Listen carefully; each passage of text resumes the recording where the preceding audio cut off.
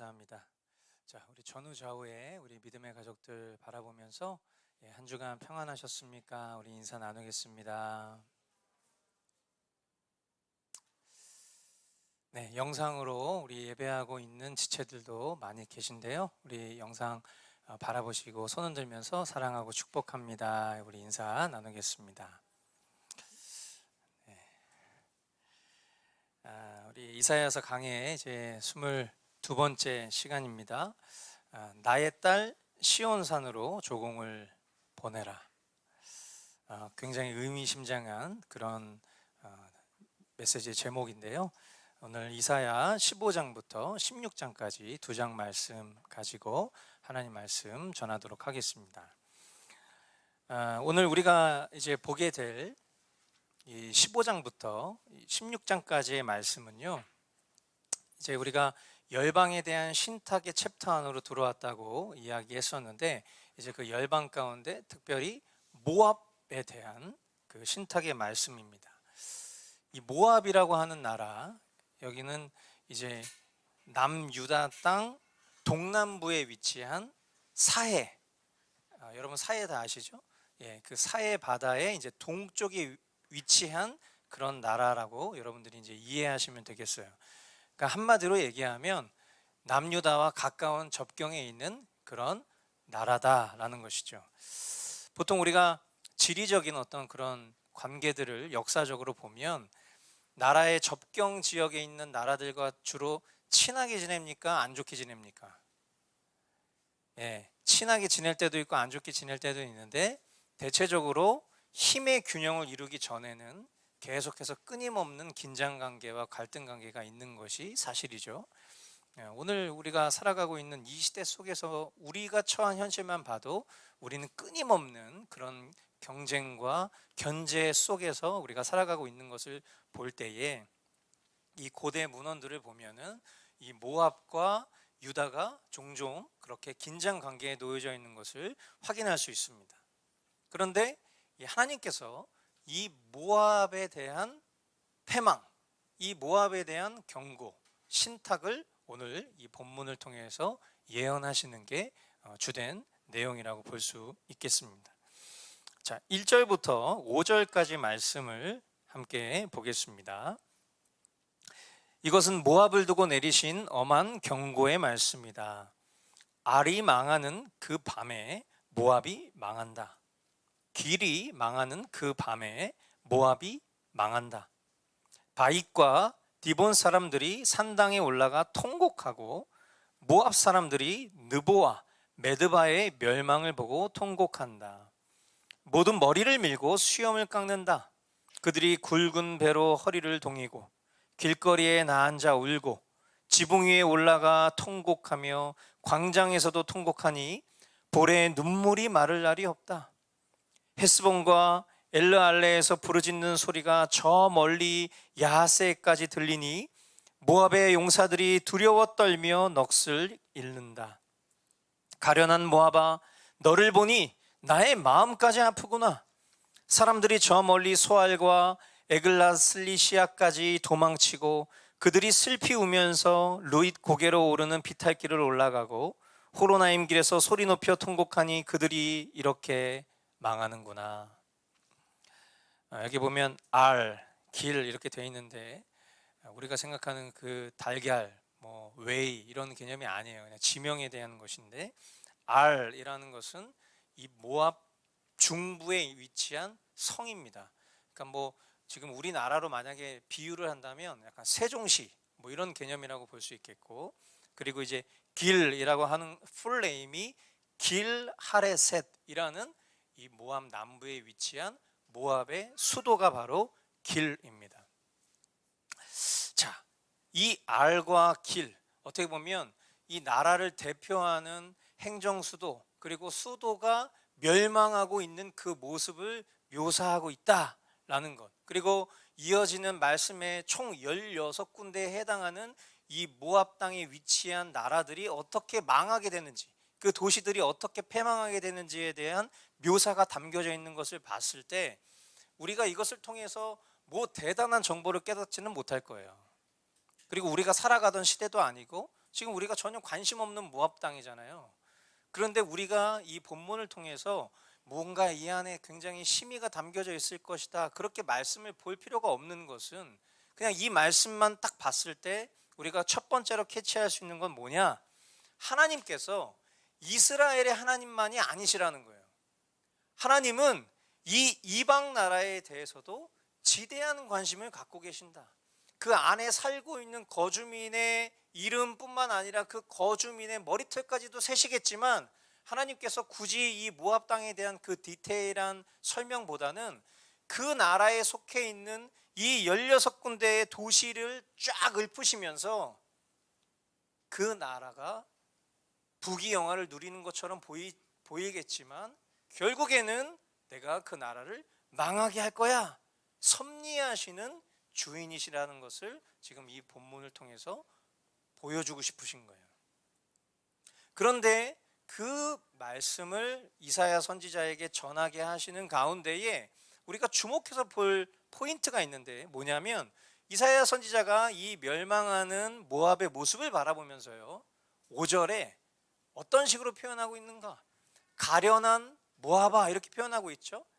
그러니까 우리가 지난 시간에도 봤지만 하나님께서 우리를 용서하시는 그 하나님 안에 있는 이유에 대해서 우리가 생각해 봤을 때 그 포인트가 긍휼함이라고 그랬잖아요. 하나님은요, 하나님의 백성이 아닌 심판받아 마땅한 이방 나라를 심판하시는 가운데에도 하나님의 심령은 그들을 긍휼히 여기시는 그런 사랑의 하나님이십니다. 이 긍휼함과 안타까움의 심령으로 지금 이 예언의 말씀, 이 심판의 말씀을 선포하고 계신 거예요. 그것은요, 그들의 죄악으로 인해서 하나님의 공의로운 심판을 받게 된 것이지만, 그럼에도 불구하고 하나님의 마음이 결코 편하시지 않다라는 것을 보여주는 것입니다. 저와 여러분들이 맞이하게 될 이 세상 끝날에 있게 될 심판 역시도요, 주님의 마음이 기쁘고 행복하시지 않을 것입니다. 그러므로 주님의 이 마음을 저와 여러분들이 알게 되었다면, 그리고 그 주님의 마음이 이 임박한 심판의 때를 향해 우리가 바라보게 되고, 이 세상에 수많은 죄악으로 관영된 사람들이 살아가는 그 삶을 우리가 바라볼 때 우리가 어떤 마음을 가져야 하는지, 그리고 우리가 그 상황 속에서 하나님의 그 간절한 외침을 받아 때를 얻든지 못 얻든지 복음을 전하는 열심으로 이어져야 할 것이다 라는 것을 지금 이 말씀을 통해서 투영하여 우리에게 가르쳐주고 계신 것입니다. 할렐루야. 6절로 9절 말씀에 보니까 니무림 샘들이 말라서 메마른 땅으로 바뀌고 풀이 시들고 초목이 모조리 사라지고 푸른 것이라고는 하나도 볼 수가 없구나. 그러므로 그들이 남겨놓은 것과 쌓아놓은 재물을 가지고 버드나무 개울을 건넌다. 그 곡하는 소리가 모압 땅 사방에 울려 퍼지고 그 슬피 우는 소리가 에글라임에까지 들리며 그 울부짖는 소리가 브엘엘림에까지 이른다. 디몬의 물이 피로 변하였다. 내가 또 다른 재앙 하나를 더 내리겠다.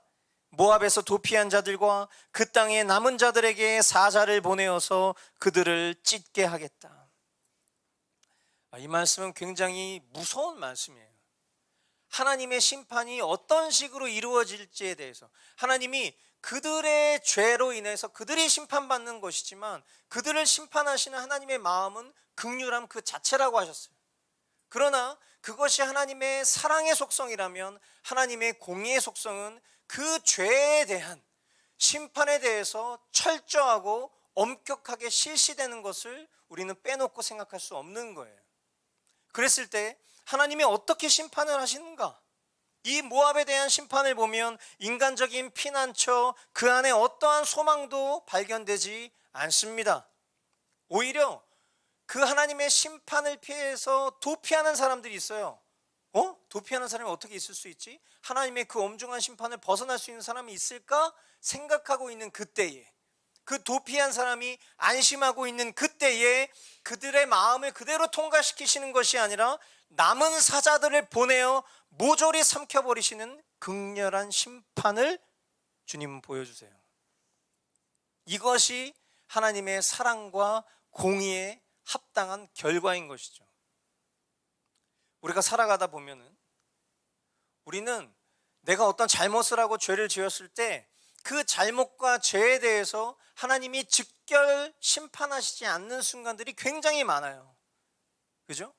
지난 한 주간 우리가 살아가는 순간 속에서도 때로는 하나님의 말씀 앞에 엎드려져서 회개하고 주님의 길을 따르겠노라고 우리가 그렇게 고백할 순간도 있었지만, 또 다른 한편으로는 우리 굉장히 간음을 저지르고 살았던 그런 간음자들 아닙니까? 만약에 그 순간 하나님의 그 공의가 긍휼하심을 선재하지 않았다면 저와 여러분들은 이미 죽어서 소멸되고 지옥불로 떨어졌을 거예요.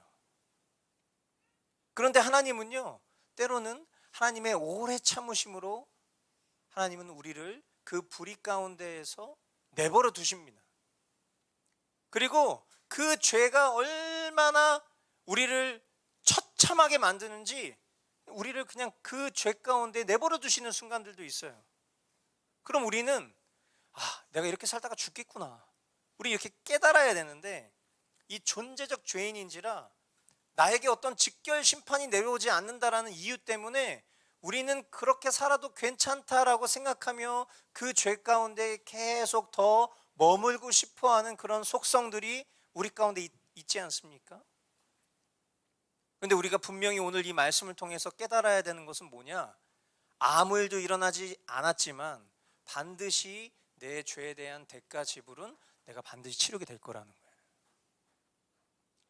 저와 여러분들의 영속적인 죄에 대한 대속은 그리스도께서 2000년 전 십자가에서 이루신 것은 사실이지만, 우리가 그 은혜를 잊고 살아가면서 그 은혜를 저버리고 우리가 버젓이 죄를 괜찮다라고 여기고 살아간다면 그 죄에 대한 대가는 반드시 우리에게 따라올 거라는 것을 우리는 기억해야 돼요.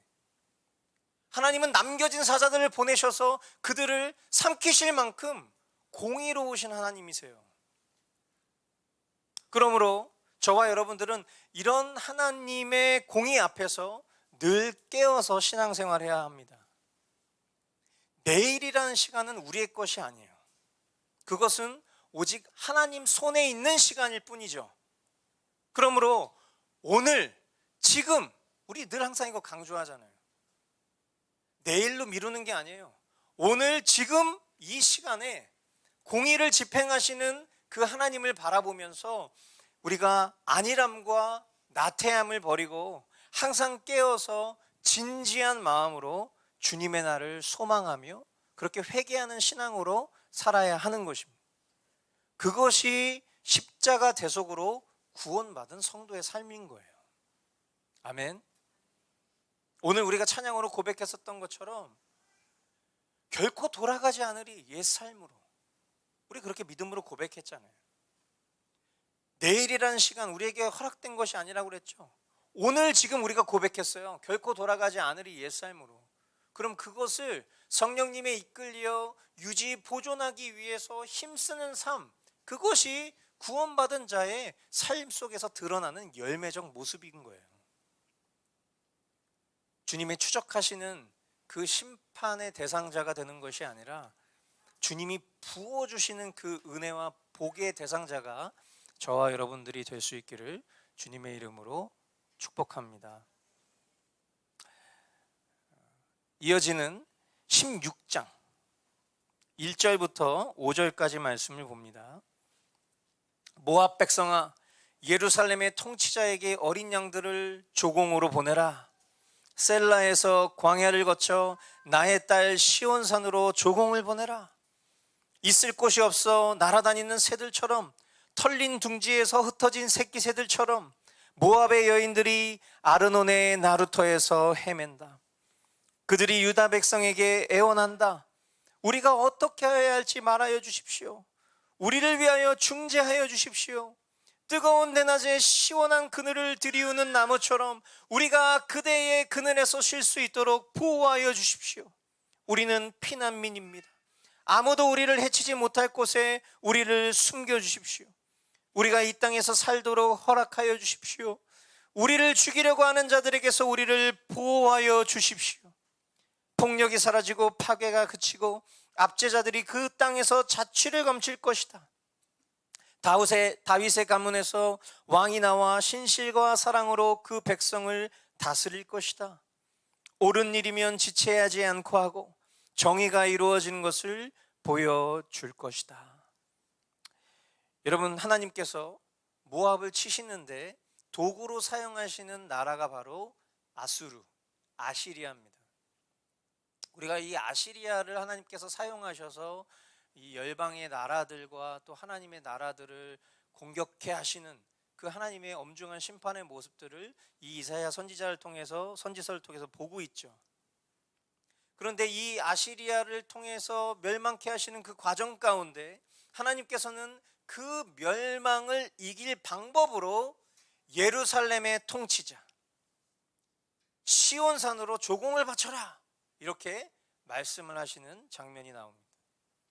만약에 여러분이 지금 오늘 이 설교의 말씀을 들으시는 것이 아니라 이 본문을 머스트 라이프로 여러분 만약에 본문을 보신다면, 여러분이 만약에 묵상하신다면, 구속사적 관점으로 이 묵상을 하신다면, 여러분 여기서 말하는 예루살렘의 통치자 시온산, 조공을 받게 되는 이 시온산은 누구를 말하는 걸까요?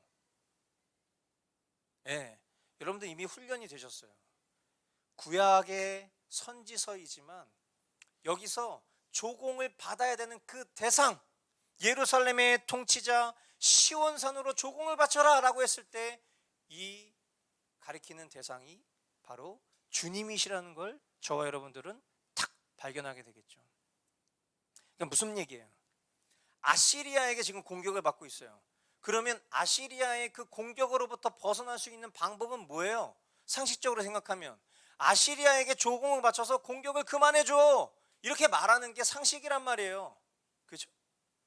근데 하나님께서 말씀하시기를 유다 왕에게 복종해, 이 말을 뛰어넘어서 유다 왕이 섬기는 만군의 하나님께 조공을 바쳐, 이렇게 얘기하고 있다는 거예요. 지금 공격을 받고 있는 그 나라에게 잘 보여도 지금 될까 말까인 상황인데 생뚱맞게 예루살렘의 통치자 시온산에게 조공을 바쳐라, 이런 얘기를 하나님이 하시는 거예요. 여러분, 만약에 이것이 우리에게 닥친 실제 상황이라면 우리가 이것에 순종하기 쉬울까요? 어려울까요? 우리 삶 속에 어떤 문제가 생겼어요. 그랬을 때 그 문제를 해결할 수 있는 방법을 우리는 상식적으로 생각할 때 그 문제 해결의 키를 찾으려고 노력할 거란 말이죠. 주변에 이런 문제를 잘 해결했었던 내가 믿을 만한 멘토나 그런 신뢰자들을 찾아가서 내가 이 문제를 어떻게 해결할 수 있을까요? 질문하는 게 우리에겐 더 급선무이겠죠. 그것이 금전이든 아니면 관계든 어떤 문제든 그것을 풀 수 있는 솔루션을 제공받기를 우리는 간구할 텐데, 만약에 그 사람이 그런 간구에 열심을 보이지 않고 기도원에 들어서 기도를 하겠다, 그럼 우리는 그 사람을 뭐라고 표현할까요? 저 사람 너무 극단적인 믿음이야, 저 사람 너무 비현실적인 믿음과 신앙 속에 살아가고 있어, 우리 이렇게 생각하지 않을까요? 지금 딱 그 상황이 그것과는 비교할 수 없는 국가적 위기 상태예요. 그런데 그 상황 속에서 보금자리를 잃어버리고 흩어진 새들처럼 유리하는 그들에게 유일한 소망이 있다면 그것은 하나님께 복종하는 것이다, 이렇게 이사야 선지자가 지금 선포하고 있는 거라고요. 그것이 그들이 보존받을 수 있는, 그 공격으로부터 보존받아 더 나아가 승리할 수 있는 유일한 공식이라고 지금 가르쳐주고 있는 거예요. 그래서 한마디로 우리는 뭐라고 표현합니까? 굿뉴스, 복음이죠. 여러분, 유앙겔리온이라는 이 복음이라는 단어 자체가 내포하고 있는 것은 승리적 승전가의 의미를 담고 있어요. 승리를 보장하고 있는 메시지인 거예요. 그들에게 살 길이 열린 거예요. 오늘 우리가 찬양했었던 것처럼 새롭고 살 길이 되신 예수, 산 길이 되신 예수, 산 길, 살아난 길, 그 살 수 있는 그 길이 선포가 된 거예요 지금. 그럼 상식이라면 어떻게 하면 돼요? 따라가면 되는 거예요. 따라가면 아멘하고 내 생각과 보편적인 사고방식을 버리고 이게 살 길이라고 아멘 하고 따라가면 되는 거예요.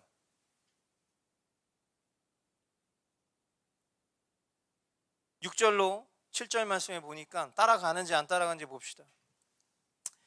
유다 백성이 대답한다. 우리는 모압이 교만하다는 소문을 들었다.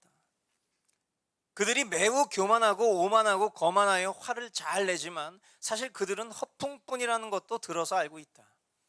그러면 모압 백성은 그들이 당하는 고통을 못 이겨서 통곡할 것이다. 기랄레셋에서 늘 먹던 건포도빵을 그리워하며 슬피 울 것이다. 헤스본의 밭과 신마의 포도원이 황무지가 되다니 여러 나라의 군주들이 즐겨 마시던 포도주의 산지가 아니던가. 한때는 포도나무 가지가 저 멀리 야스엘까지 뻗어나가고 동쪽으로 광야에까지 퍼져나가고 서쪽으로는 그 싹이 자라서 사해 너머로까지 뻗어가더니 모압이 지금 처지에 놓여져 있는 그 모압이 대답하는 게 아니라 모압은 대답도 안 해. 유다 백성이 대언하는 거예요. 그 상황을 묘사하는 거겠죠. 뭔 거예요? 이 선포의 메시지, 이 복음의 메시지, 이 승리의 메시지가 선포됐음에도 불구하고요, 안타깝게도 모압은 그들의 주장을 꺾지 않았다라고 지금 보고하고 있는 거예요. 하나님 앞에 자기 생각을 내려놓지 않는 것을 뭐라고 그랬죠? 그게 교만이라고 그랬죠. 교만의 정의는 하나님 앞에서 자기 생각을 내려놓지 않는 겁니다. 한마디로 뭐예요? 지금 몰라서 망하는 것이 아니라 알면서도 내려놓지 않았기 때문에 패망했다라는 거예요.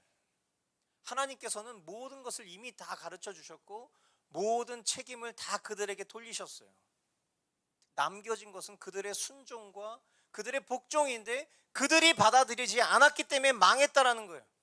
그 결과 모압은 아시리아를 비롯한 다른 나라들의 침입으로 인해서 성읍들이 파괴되고 밭이 파괴되고 곡물들이 다 사라지고 열매들이 맺히지 않는 그런 처지에 놓여져 있어서 과거의 부귀영화를 그리워하며 슬퍼하며 통곡하는 처지에 이르게 될 것이다. 여기 보면 늘 먹던 건포도빵 이런 표현이 나오죠. 이 건포도빵이라는 것도 그냥 단순히 사용한 단어가 아니에요. 이 건포도빵이라는 원어가 아쉬세라는 단어인데 그 아쉬세라는 단어의 그 다른 중의적 의미를 살펴보면 그 안에 어떤 단어가 있냐면 기초들이라는 단어가 있어요. 기초들, 베이시스. 뭔가 되게 좋은 단어처럼 보이는데 사실 그 단어는 굉장히 부정적인 기초를 말할 때 쓰는 거예요. 그러니까 뭐냐면 한마디로 그들이 진짜 좋아했던, 진짜 그들이 사랑했던 게 뭐냐, 그들의 민낯이 이 엄중한 심판 앞에서 다 밝혀지는데 그들이 디디고 있었던 그들의 기초가 뭔가 봤더니 이 이교도들이 행하며 먹는 제사 음식처럼 하나님이 없는 교만한 마음들. 이 건포도빵은 이교도들이 제사 음식처럼 먹는 그런 걸 의미하는 건데 결국 그들의 마음이 뭐였는가? 하나님을 전혀 경외함이 없는, 그냥 이 세상의 것을 사랑하고 하나님이 말씀하시는 것을 그냥 땅에 내팽개쳐버리고 자기의 생각과 주장을 더 높이 여기는 그 교만함이 그들의 기초였다라는 것을 상징적으로 드러내는 게 바로 건포도빵이라는 거예요. 여전히 그들은 그 건포도빵을 그리워하고 있다는 거예요. 저와 여러분은 분명 하나님의 은혜로 거듭난 삶을 사는 사람들이지만 우리는 때론 옛 삶을 그리워하고 또 죄악된 기억을 추억하기 즐거워하는 그런 연약함을 가지고 있습니다.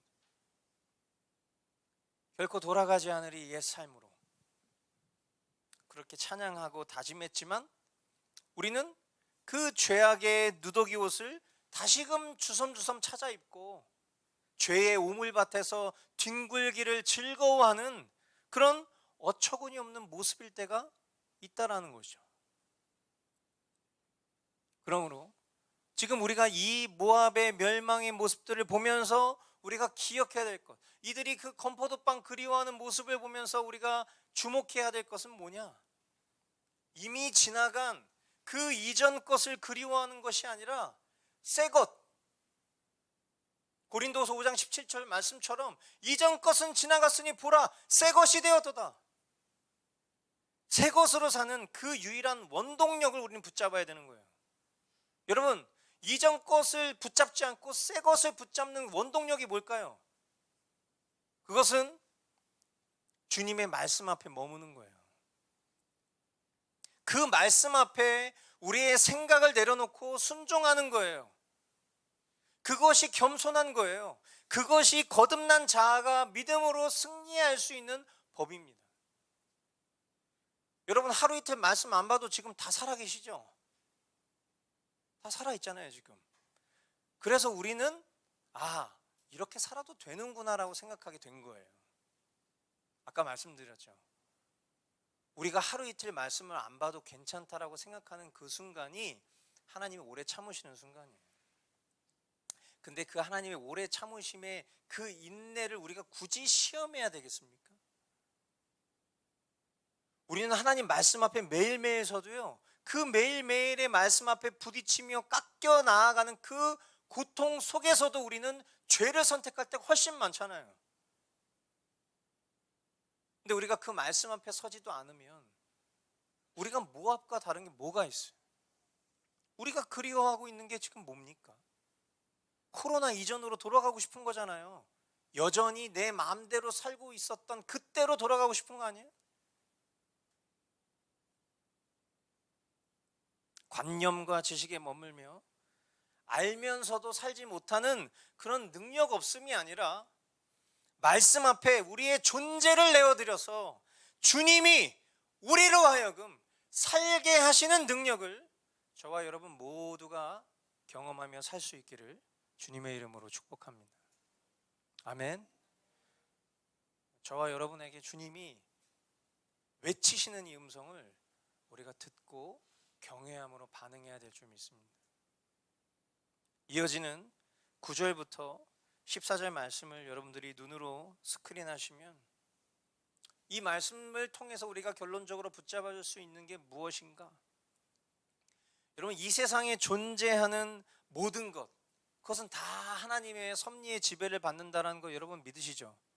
아까 우리가 서두에 모압의 그 16개의 도시만 하나님이 나열하셨지만 사실 그 안에 살고 있는 거주민들의 머리털, 이름, 눈동자 모든 것들 다 아시는 분이라는 걸 우리가 믿는 거잖아요. 하물며 하나님의 백성된 우리의 삶을 주도적으로 이끌어 가시는 분이 우리 주 하나님이시다라는 것을 우리는 다 믿고 살아가는 자들이란 말이죠. 여러분, 하나님은요, 하나님의 백성된 이들에게 포악한 임금처럼 폭정을 행사하시는 분이 아니에요. 우리에게 막 올무를 씌우시고 억압된 어떤 규칙을 우리에게 제시하시고 우리가 그것을 지키지 못했을 때 우리를 막 벌하시고 항상 감시하시는 그런 분이 아니시란 말이에요. 피조물 된 우리가 그분의 전능 앞에, 권능 앞에 우리 자신 스스로가 굴복해서 나는 주님의 종입니다, 주님은 나의 주인이십니다, 주님은 나의 왕이십니다라고 고백할 수밖에 없게 만드시는 그런 분이시죠. 저와 여러분들이 하나님의 말씀을 따라 살아가기를 원하는 그 원동력이 뭡니까? 두려움입니까? 지옥 가기 싫어서입니까? 신앙의 성숙을 이루어가면 이루어갈수록 우리는 느낄 거예요. 내가 주님의 말씀을 지켜 행하기를 원하는 그 이유는 지옥 가기 싫어서도 아니고 맴매 맞을까 봐 두려워서도 아니에요. 나를 사랑하시는 그분의 그 대속의 은혜의 가치가 얼마나 큰지를 알고 있기 때문이고, 하나님은 하나님이시기 때문에 나는 그분의 형상을 따라 지음받은 피조물이라는 사실을 인정했을 때 우리는 비로소 엎드려 순종을 선택하게 되는 거잖아요. 그리고 우리는 깨닫습니다. 그 하나님의 말씀 아래 거하는 것이 가장 완벽한 삶이구나. 처음에는 어렵죠. 처음에는 말씀대로 우직히 순종하는 게 어렵죠. 그냥 아시리아에게 조공을 바치는 게 더 쉬운 일이잖아요. 그런데 하나님의 말씀 앞에, 그분 앞에 엎드려 순종을 선택하는 일이 한 번, 두 번 우리에게 체득화되면 어느 순간 우리의 삶을 돌아봤을 때 우리의 지난 삶 속에 성화의 은혜가, 성화의 열매가 맺혀 있다는 것을 우리는 깨닫게 되고 그때부터 힘이 나는 거잖아요. 이것을 다른 말로 표현하면 이렇게 표현할 수 있어요. 하나님께서 존재하시는 그 목적 자체가 나에게 있다. 여러분 한번 이 문장을 잘 떠올려 보세요. 하나님이 존재하시는 그 목적이 나에게 있다. 우리가 성경을 보면 이 명제가 결코 과언이 아니라는 것을 우리는 깨닫습니다. 그리고 그것을 바로 아는 사람이라면 우리는 어떻게 이 명제에 화답할 수 있을까? 나의 존재의 목적도 하나님께 있다. 하나님이 나를 위해서 존재하시고 내가 하나님을 위해서 존재하는 이 관계, 이것을 신약에서 예수님께서는 나는 포도나무, 너희는 가지. 너희가 내 안에 붙어 있으면, 가지로 붙어 있으면 너희는 열매를 맺게 될 것이라고. 주님이 존재하시는 이유가 난데 나 역시도 존재하는 목적이 주님 때문이라면 이것이야말로 주님이 우리에게 처음 맺으셨던 사랑의 관계 아니겠어요? 이것이 상실되니까 하나님은 늘 우리를 향해서 그 하나님의 존재 목적의 이유를 찾고 계신데 우리는 하나님께 그 이유를 찾으려고 하지 않는 이런 삶을 회복하시기 위해서 그리스도를 십자가에 죽이신 거 아니겠어요? 이거 회복시키시려고. 불변하시는 하나님의 존재의 목적과 우리의 존재 목적이 하나님을 향해 있을 때, 즉 우리가 주님 안에 거할 때, 포도나무 대신 주님께 가지로 붙어 있을 때 완벽한 사랑의 관계가 성립되는 것입니다. 하나님을 떠나 죄악 가운데 머물며 일시적 기간 동안 아무 일도 없는 것 같고 위력을 떨친다 하여도 그 모든 시간 역시 하나님의 섭리 가운데 있다는 걸 우린 기억해야 해요. 참된 하나님의 백성은 그 섭리 가운데 있다는 걸 깨닫고 우리는 뭘 하려고 열심을 내겠어요? 주님께 돌이키려고. 나의 소망의 이유를, 유일한 이유를 주님께 다시금 돌이키려고 그렇게 애쓰지 않겠습니까? 그것이 은혜인 것이고 그것이 가장 큰 복이죠. 사랑하는 성도 여러분, 우리 모두 주님의 그 날개 아래, 은혜의 날개 아래 거하는 삶을 살게 되기를 바랍니다. 모압처럼 살 길을 제시받았음에도 불구하고 스스로 인생을 설계하고 존재 목적을 내 안에서 찾으려고 하는 그 교만한 삶이 아니라 나를 위해 존재하시는 그 주님 앞에 주님을 위한 나로 살기를 소망하는 그런 우리 모두가 될 수 있기를 바라는 것입니다. 이를 위해서 우리 모두가 그 주님 안에 거하기를 소망하며 그 실제된 방법인 주님의 말씀 가운데 거하며 그 말씀을 생명처럼 여기는 것, 그것이 오늘 주님 앞에 조공을 바치는 그 승리의 삶을 살아가는 저와 여러분들의 동일한 방식인 줄 믿습니다. 아멘. 예, 우리 전후좌우에 있는 우리 믿음의 동역자들, 우리 나은 사람만 신앙생활 잘한다고 우리 좋은 교회 될 수 없고요. 나은 사람 신앙생활 그냥 대충 해도 되겠지 생각하면 우리 교회 망하는 교회 됩니다. 자, 우리 전후좌우, 우리 모두가 다 그리스도 안에서 지체잖아요. 자, 우리 서로를 권면하면서 이렇게 얘기했으면 좋겠어요. 주님의 말씀으로 돌아갑시다. 말씀 안에서 하나가 됩시다. 아멘. 여러분, 단순히 그냥 인사치레로 이 순간 그냥 모면하려 하지 마시고 주님이 오늘 나에게 주신 엄중한 말씀이라는 것을 꼭 기억하고 실제된 신앙으로 살아가는 우리 모두가 될 수 있기를 주님의 이름으로 축원드립니다. 기도하겠습니다.